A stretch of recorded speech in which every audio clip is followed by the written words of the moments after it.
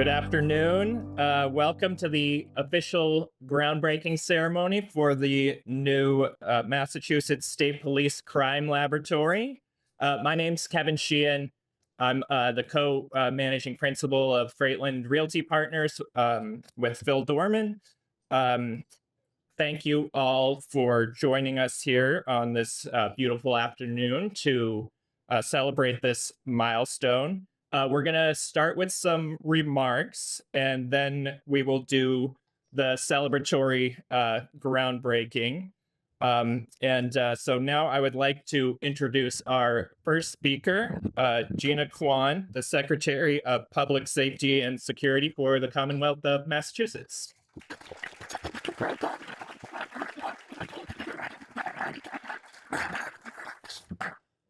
Before anyone asks, yes, it was a soccer injury in preparation for the World Cup.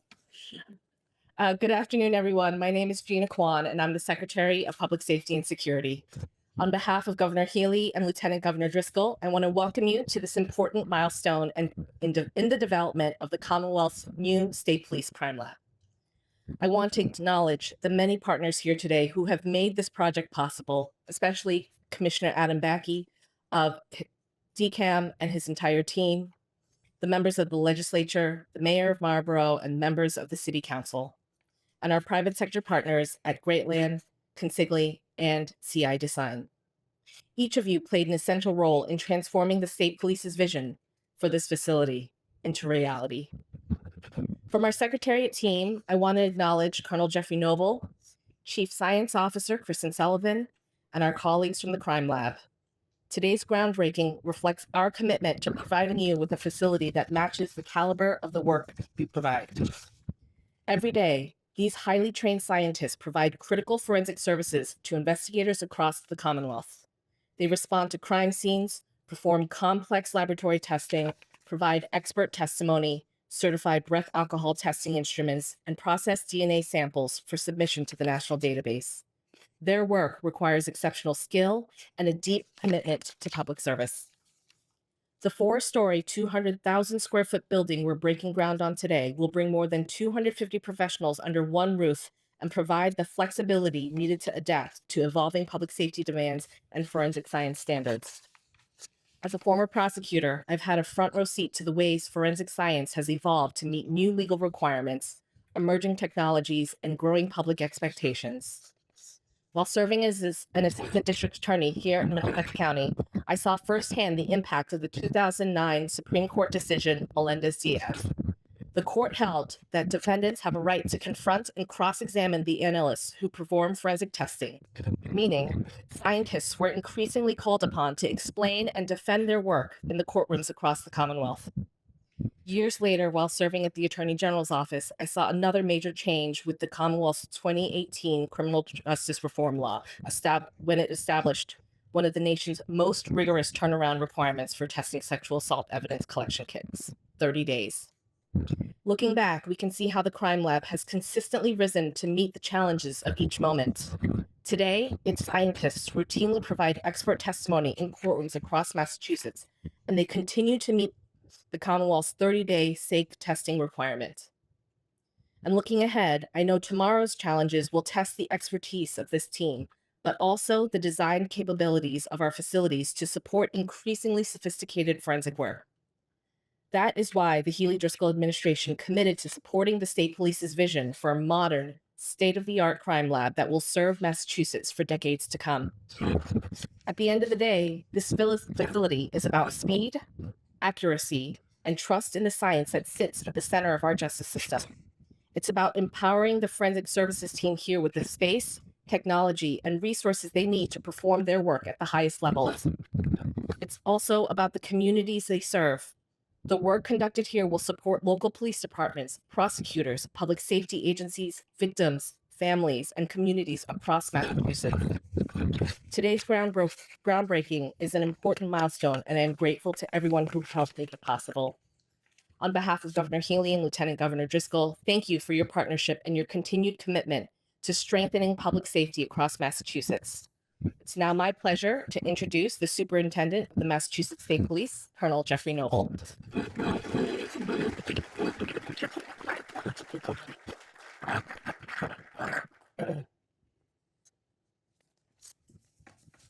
Thank you, Secretary Kwan. Good afternoon. Truly an honor to be here. You'll see a slight smile creeping upon my face because this is personal. This moment, I spent my career in law enforcement. I certainly am proud and honored to serve as the Colonel of the Massachusetts State Police. But at my core, I'm a police officer. I'm a public servant. And I never forget the why. And the why is driven in those that we serve. Today's about those folks that are victims of crime, that are survivors, that are family members. And that's why we're here. So on a very personal note, I'm excited to be here. And I echo the words of our secretary. I also want to, of course, be remiss if I did not also extend a deep sense of gratitude to the Ely Driscoll administration for their support. We simply would not be here today without that support, as well as Secretary Kwan and the EOPS team under Secretary Collins. Thank you. This has been a long time coming, a lot of conversations, which I know predated myself long before I got here. So thank you. Thank you for that. To Commissioner Bach at DCAM, thank you. Thank you very much for you and your team, as well as our local officials, our legislators, town officials, and private sector partners. This is a moment when all these crossroads come together to do what's right for the Commonwealth, to do what's right for our people that work so hard in the trenches every day, like the Secretary said, to provide justice. And at the end of the day, to all be part of something a little bigger than all of us, something called justice, something called a search for the truth. That's why we're here. That's why we all exist. That's why all of our teams come together. And in this moment, we all come together, regardless of our particular professions. Today's groundbreaking, like I said, is a very important milestone for this department, for our Forensic Services Division. You'll hear from our chief momentarily, because when the public thinks of cases being solved, they often picture detectives out at crime scenes, or they believe what they see in TV. But the reality is, what they may not realize is that the work occurs behind the scenes. The work occurs, the real work occurs when no one's looking. The real work occurs when the cameras aren't there. The real work occurs when there's not a memo to be presented by the colonel. The real work occurs when it's humble public servants raising their hand to do a great job, often without anyone saying thanks. So today we do say thanks, and we also recognize that thanks through action. And that's what today is. Each year, the Massachusetts State Police Crime Lab handles nearly 23,000 cases for forensic analysis and responds to approximately 6,000 crime scenes to identify, collect, and preserve evidence. Simply said, the importance of the crime work and the crime lab cannot be understated. For our detectives and our troopers, our prosecutors, DA Ryan is here. This is a team. For all those that work these cases and crime scenes across the Commonwealth, that work will be done at this facility. The work that will be done at this facility will provide critical information, critical leads that are needed to move an investigation forward, to convict the guilty, to exonerate the innocent. The expertise of the forensic scientists, criminalistics, lab technicians, and DNA analysts are the foundation for countless successful prosecutions. And the science allows us to follow the facts wherever they may take us, to provide victims and their families with the long-awaited answers in an unresolved crime. Whether it's ballistics match linking a gun to another crime, DNA profile that leads us to a sexual assault suspect, the police work done at this facility helps us strengthen these cases. Today's groundbreaking will bring us one step closer to having a modern, state-of-the-art facility to support that mission. This facility will allow us to enhance our capabilities, not only for the Massachusetts State Police, but for all the partners that we serve, for the local police departments that count on the Massachusetts State Police for this forensic expertise. It's a great moment for all of those that count on us. And this location here in Marlborough, thank you to the town of Marlborough for the support that we have received through this process. This demonstrates what can happen when cities and towns in the state can come together with a shared and common mission. This also fulfills a long-term goal of ours to establish a lab at a centralized location, accessible to the state's major highways, Route 495, 290, and the Mass Pike, by reducing travel time for the police officers and troopers that bring evidence to the lab. This also helps us to keep those valuable assets in the towns in which they patrol, limiting time that they spend on the highways. The work to be done at this site, as you heard, will go on for decades. It will be about more than processing evidence. It will be about uncovering the truth and ensuring that justice is guided by science and facts, and ensuring that the public trusts us. We can get evidence into the hands of our scientists and technicians that much quicker. The facility will help move the investigations forward and help all of our communities feel safer. Again, thank you for all of the partners that got us here today. We look forward to the continued partnership as we begin this groundbreaking. Next, please join me in welcoming our State Police Crime Laboratory Director and Division Commander of Forensic Services Division of the State Police Director, Kristen Sullivan.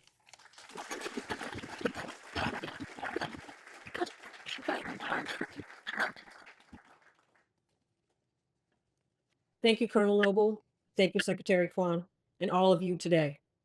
My name is Kristen Sullivan. I am the Chief Science Officer of the Forensic Services Division of the Massachusetts State Police. Today is an important day, not only for our organization, but for the criminal justice system and the communities that we serve.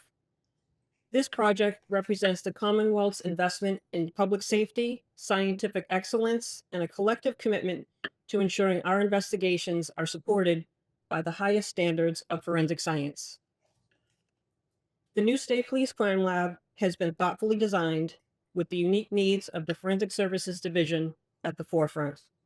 The modern lab layout will improve efficiency of evidence processing and laboratory operations while providing the space necessary to support future growth, emerging technologies, and evolving forensic capabilities.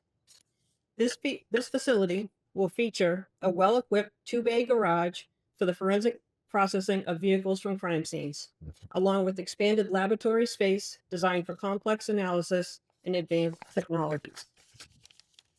While forensic examination and analysis comprise much of the work that we do, one of the core missions of the Forensic Services Division is sharing our expertise in forensics through training and education. We provide instruction not only for state police employees, but also for law enforcement officers across the Commonwealth. This new facility will feature enhanced training spaces, including 2 large capacity training rooms designed to support professional development and collaboration. By consolidating the crime lab operations in Maynard and Sudbury facilities into this single location, we will be streamlining evidence storage, testing, and operational workflows, thereby creating greater efficiency and coordination across the division. This new facility will provide the space, technology, and resources to meet the growing demands of modern forensic science. This laboratory will better equip us to support complex criminal investigations, improve efficiency, and expand forensic capabilities for years to come. The benefits of this investment will be felt not only by the Massachusetts State Police, but by law enforcement agencies, attorneys, victims, and communities throughout Massachusetts. I'd like to thank the Healy Driscoll administration for the support and thank everyone who helped make this project a reality. We are extremely proud of this milestone, excited about the future, and honored to continue serving the Commonwealth with excellence in forensics. Thank you. And with that, I'd like to welcome Commissioner Adam Backey from DCAM.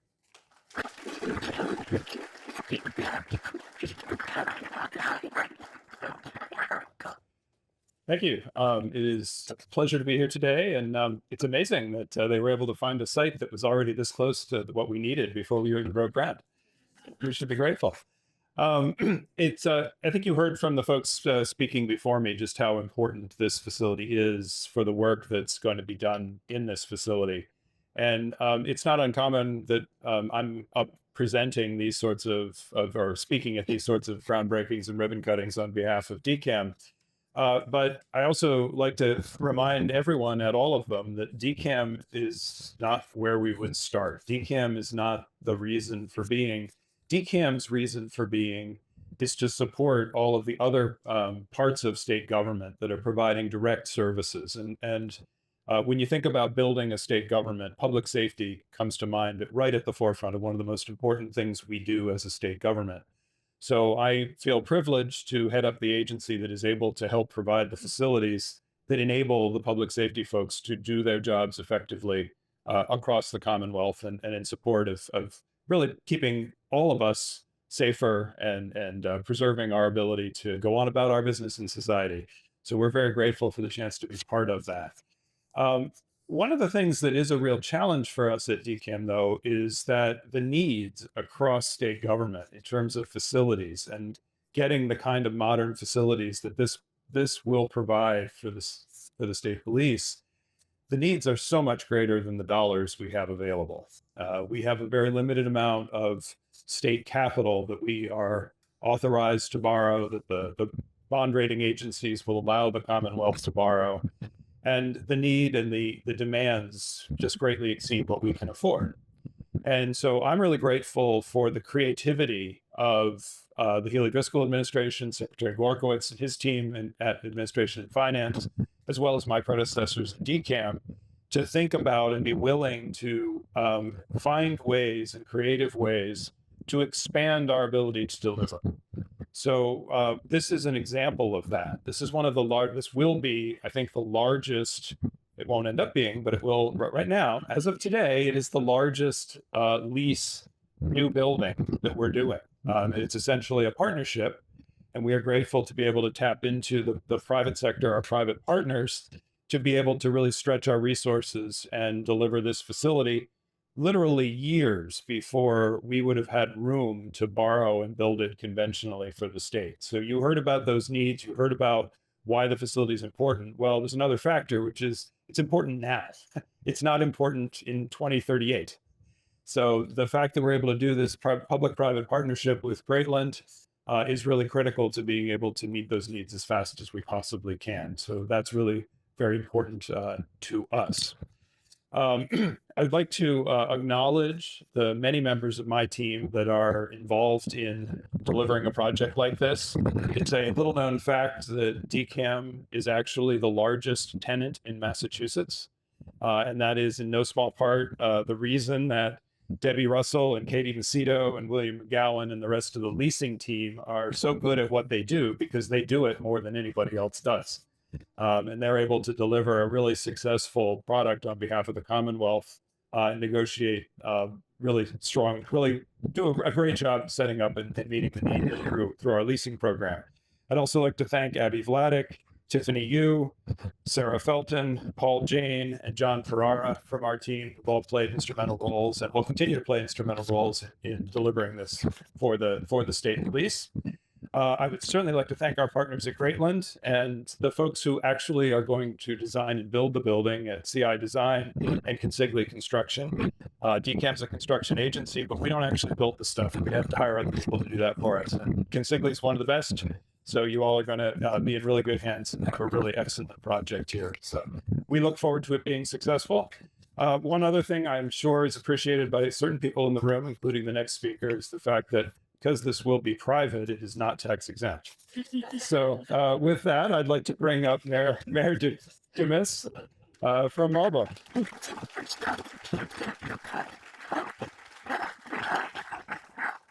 Thank you, Commissioner Becky, and that is an excellent point. I'm not going to back down from that. So good afternoon, everyone. I would like to thank Secretary Kwan, Colonel Noble, Director Sullivan, Commissioner Becky, District Attorney Ryan, Kevin Sheehan, and the team from Greatland Partners, Consigli, CI Designs, State Representative Gregoire, Senator Eldridge, State Representative Carmen Gentile, all the city councils that are here, MEDC Director Meredith Harris, and her team at Marlborough Economic Development for all being here today on behalf of the city. We are so grateful to be here to kick off this momentous occasion. I remember when State Representative Gregoire and I were asked to speak to DCAM to share all the great things about Marlborough and why this city should be selected for the Prime Labs new site.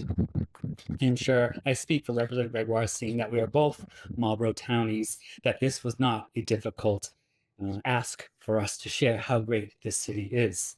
In Marlborough, we are so very proud of what the city and its partners can offer, especially today with Greatland and with this partnership, but also with the Commonwealth. As mayor, you dream to be part of this project of this magnitude. A nearly $200 million investment resulting in a state-of-the-art crime lab is a transformative achievement that will not only benefit public safety, the Commonwealth, and the community for decades to come.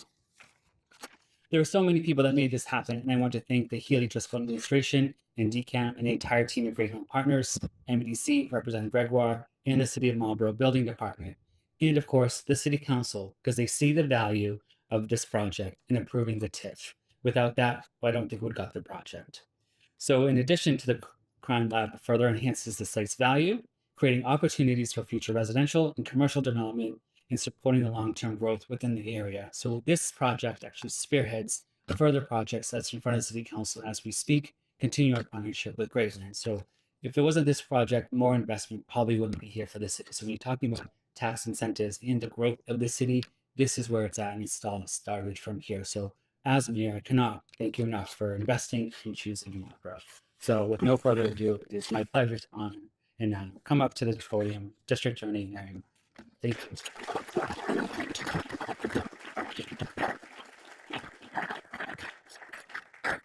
Thank you. It's really a pleasure to be here today, and I join in all of the thanks to everyone who made this possible. This is a long-awaited day, and you don't have to look far to see the financial demands that are on the administration. So for them to commit to this kind of a facility really is literally putting your money where your values lie. And this is a very important day.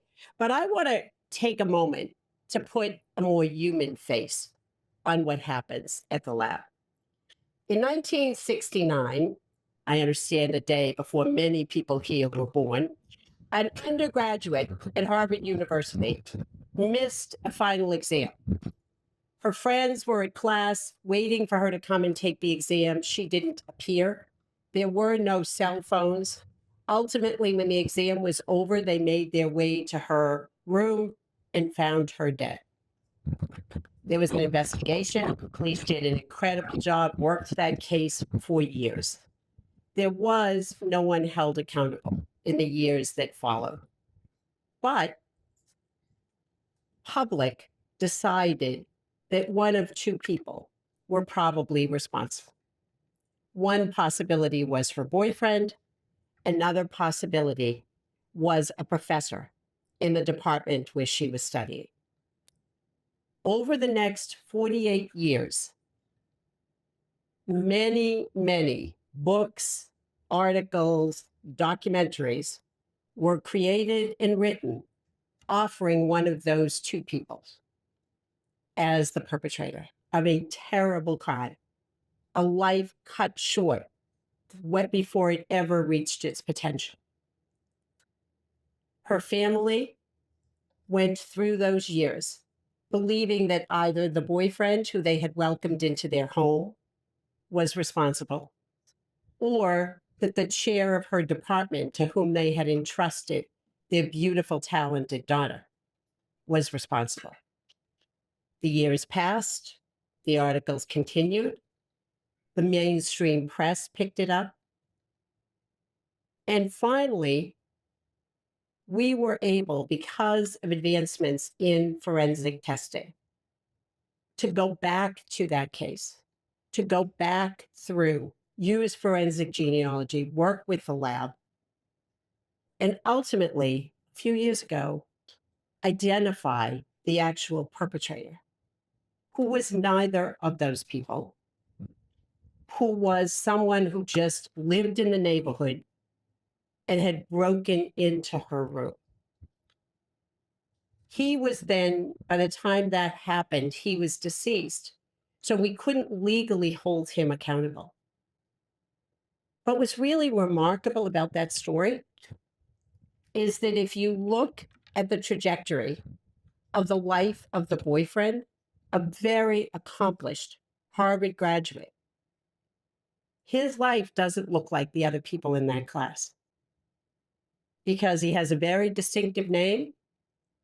And when you Googled him, if he applied for a job, you learned pretty quickly he was a suspect in the death of his then girlfriend. When you look at the trajectory of the life of that professor, it did not go up, up, and up as it was headed. It leveled off and went the other way. And that work, that being able to, first of all, truly identify who the perpetrator was, to be able to call her brother, because her parents were long dead by the time that happened, and say, we actually know what happened. It wasn't the boyfriend who shared family celebrations with you. And to be able to tell those two individuals that we now knew they were not responsible is the face of the work that happens at the lab. We think a lot about the work, the incredibly good work that happens at the lab in identifying perpetrators and helping us to hold accountable. But what is remarkable about the Massachusetts State Police Crime Lab is their equal commitment to finding the truth and to identifying who is truly responsible. That is one example, just one, of the many times that they have helped us to do that.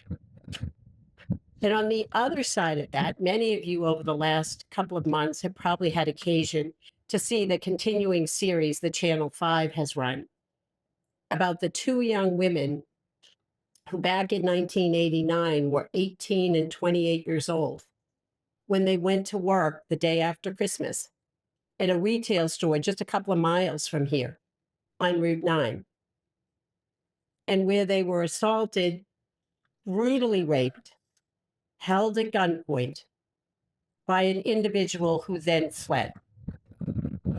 Those women who were incredibly brave, who worked with the police, who made sketches, who gave descriptions, who did everything possible. Police departments that worked on that case really tirelessly, and who believed that though what had happened in that store was tied to other cases, waited 37 years before we got an answer that was provided by the crime lab using advanced technology, which permitted us to then track that individual, find him living on a yacht off the coast of California, bring him back to stand trial, and have a jury find him responsible. That's the justice piece of holding somebody accountable. What you cannot ever put a price on is what it meant for those two women. Think about 37 years of not knowing if the person who did this to you was in the same room with you, might be living in your town, or had done that again. That's the human side of what the lab does every single day. And they do it without a lot of recognition. They do it with an awful lot of phone calls from DAs and police departments saying, could you do this 3 times faster? And oh, by the way, it's not that convenient getting to where you are right now. So many, many things. And they also do it in the face of continuous changes in the science and responding to case law, which in Massachusetts appropriately holds the evidence that we use in a case to a very high standard, but which often means we are testing and retesting, changing the way we do things. So they are truly unsung heroes. And their impact on individual people and their lives just really cannot be overstated. So I'm really proud to be here today to salute them, to see construction begin on the building, which will, their work is top notch. They will now have a top notch building to be doing that in, which recognizes the importance in people's lives of forensic science. So I am incredibly grateful to all of them, led by Director Sullivan, to Colonel Noble, and to the Haley Driscoll administration, for what this will mean to people who do not know, people across the Commonwealth who do not know that their life is being changed by this ceremony today. So thank you for allowing me to be a part of today. Thank you.